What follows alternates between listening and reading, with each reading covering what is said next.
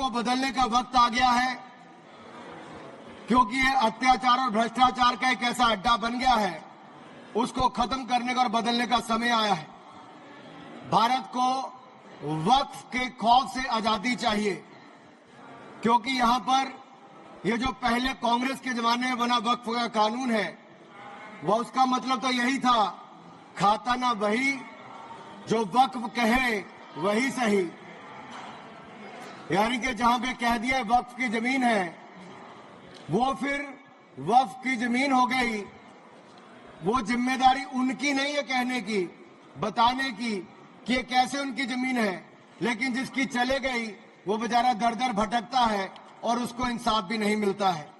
मैं इसके बारे में विस्तार में बताऊंगा, लेकिन आज एक बार फिर कांग्रेस देश को और देश में भ्रम फैलाने का प्रयास कर रही है। एक और तो वो हाथ में एक लाल सी किताब लेकर चलते हैं, जो कहने के लिए संविधान है लेकिन संविधान नहीं है। अगर संविधान की आप इस कॉपी को देखेंगे तो आपको एहसास होगा कि बाबा साहब अंबेडकर का सपना था कि एक देश में तो एक ही संविधान रहेगा। आपने एक देश में दो विधान बनाने का काम किया है। आपको तय करना है संविधान के साथ रहना है कि वक्फ के साथ रहना है, वक्फ के साथ रहना है कि संविधान के साथ रहना है, आपको तय करना पड़ेगा। और यही नहीं, और जो लोग बड़ी बड़ी बातें यहां पे कर रहे थे, उनको यही कहना चाहता हूं, ये हिंदुस्तान है, पाकिस्तान या तालिबान नहीं। यहां बाबा साहब का संविधान चलेगा, काबिले का फरमान नहीं, मुगलिया फरमान नहीं चलने वाला। यहां पर एक नहीं अनेक ऐसे उदाहरण देखने को मिलेंगे।